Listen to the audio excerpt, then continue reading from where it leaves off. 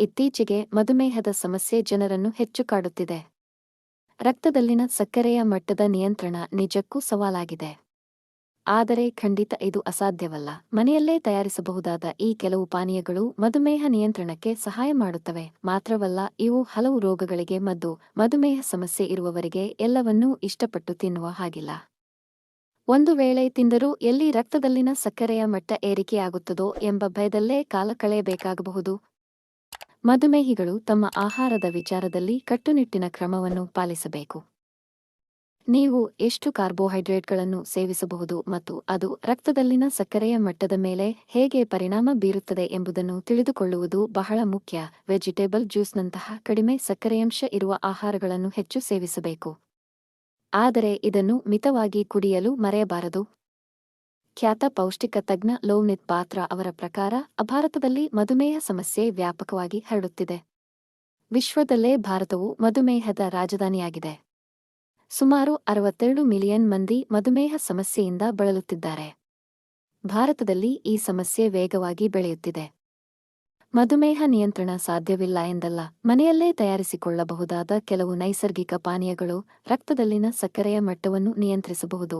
ರಕ್ತದಲ್ಲಿನ ಸಕ್ಕರೆಯ ಮಟ್ಟವನ್ನು ನಿಯಂತ್ರಿಸಲು ನೆರವಾಗುವ 5 ನೈಸರ್ಗಿಕ ಪಾನೀಯಗಳಿವು. ಮೆಂತ್ಯದ ನೀರು. ಮೆಂತ್ಯದಲ್ಲಿ ಕರಗುವ ನಾರಿನಾಂಶ ಸಮೃದ್ಧವಾಗಿದೆ. ಇದರಲ್ಲಿ ಗ್ಲುಕೋಮನ್ನನ್ ಎಂಬ ಅಂಶವಿದ್ದು, ಇದು ದೇಹದಲ್ಲಿ ಸಕ್ಕರೆಯ ಮಟ್ಟದಲ್ಲಿ ಇಳಿಕೆಯಾಗಲು ಸಹಾಯ ಮಾಡುತ್ತದೆ. ಅಮೃತಬಳ್ಳಿ ಕಷಾಯ. ಅಮೃತಬಳ್ಳಿ ಹಲವು ರೋಗಗಳಿಗೆ ರಾಮಬಾಣ. ಇದು ದೇಹದಲ್ಲಿ ರೋಗನಿರೋಧಕ ಶಕ್ತಿ ಹೆಚ್ಚಲು ಸಹಾಯ ಮಾಡುತ್ತದೆ. ಈ ಸಾಂಪ್ರದಾಯಿಕ ಗಿಡಮೂಲಿಕೆಯು ರಕ್ತದಲ್ಲಿನ ಸಕ್ಕರೆಯ ಮಟ್ಟವನ್ನು ನಿಯಂತ್ರಿಸಲು ಸಹಾಯ ಮಾಡುತ್ತದೆ. ಇದರಲ್ಲಿನ ಬಾರ್ಬೆರಿನ್ ಎಂಬ ಅಂಶವು ಮಧುಮೇಹ ನಿಯಂತ್ರಣಕ್ಕೆ ನೆರವಾಗುತ್ತದೆ. ದಾಲ್ಚಿನ್ನಿ ಚಹಾ. ದಾಲ್ಚಿನ್ನಿ ಗ್ಲೈಕೋಜೆನ್ ಸಂಶ್ಲೇಷಣೆಯ ಚಟುವಟಿಕೆಯ ಮೇಲೆ ಪರಿಣಾಮ ಬೀರುವ ಮೂಲಕ ಗ್ಲೈಕೋಜೆನ್ ಸಂಗ್ರಹವನ್ನು ಹೆಚ್ಚಿಸುತ್ತದೆ. ದಾಲ್ಚಿನ್ನಿಯಲ್ಲಿರುವ ನೈಸರ್ಗಿಕ ಅಂಶ ರಕ್ತದಲ್ಲಿನ ಗ್ಲೂಕೋಸ್ ಮಟ್ಟವನ್ನು ಸ್ಥಿರವಾಗಿಡಲು ಇನ್ಸುಲಿನ್ ರೀತಿ ಕಾರ್ಯನಿರ್ವಹಿಸುತ್ತದೆ. ಹಾಗಲಕಾಯಿ ಟೈಪ್ 2 ಮಧುಮೇಹಿಗಳ ರಕ್ತದಲ್ಲಿನ ಸಕ್ಕರೆಯ ಮಟ್ಟವನ್ನು ನಿಯಂತ್ರಿಸಲು ಸಹಾಯ ಮಾಡುತ್ತದೆ. ಇದು ಬಾಯಿಗೆ ಕಹಿಯಾದರೂ ಆರೋಗ್ಯಕ್ಕೆ ಖಂಡಿತ ಸಿಹಿ ಎನ್ನುವುದನ್ನು ಮರೆಯದಿರಿ. ಮಧುಮೇಹಿಗಳು ರಕ್ತದಲ್ಲಿನ ಸಕ್ಕರೆಯ ಮಟ್ಟವನ್ನು ನಿಯಂತ್ರಿಸಲು ಈ ಮೇಲಿನ ಪಾನೀಯಗಳನ್ನು ನಿಯಮಿತವಾಗಿ ಸೇವಿಸಬಹುದು. ಬೇವಿನ ಕಷಾಯ. ಬೇವಿನ ಕಷಾಯದ ಹೆಸರು ಕೇಳಿದರೆ ಮುಖ ಸಿಂಡರಿಸುತ್ತದೆ. ಕಹಿ ರುಚಿಯ ಈ ಕಷಾಯ ಯಾರಿಗೂ ಇಷ್ಟವಾಗುವುದು ಕಷ್ಟ.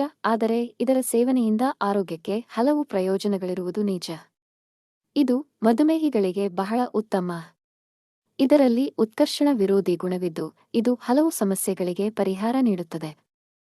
ಹಾಗಲಕಾಯಿ ರಸ. ಹಾಗಲಕಾಯಿ ಮಧುಮೇಹಿಗಳಿಗೆ ದೈವದತ್ತವಾಗಿ ಸಿಕ್ಕ ವರವಾಗಿದೆ.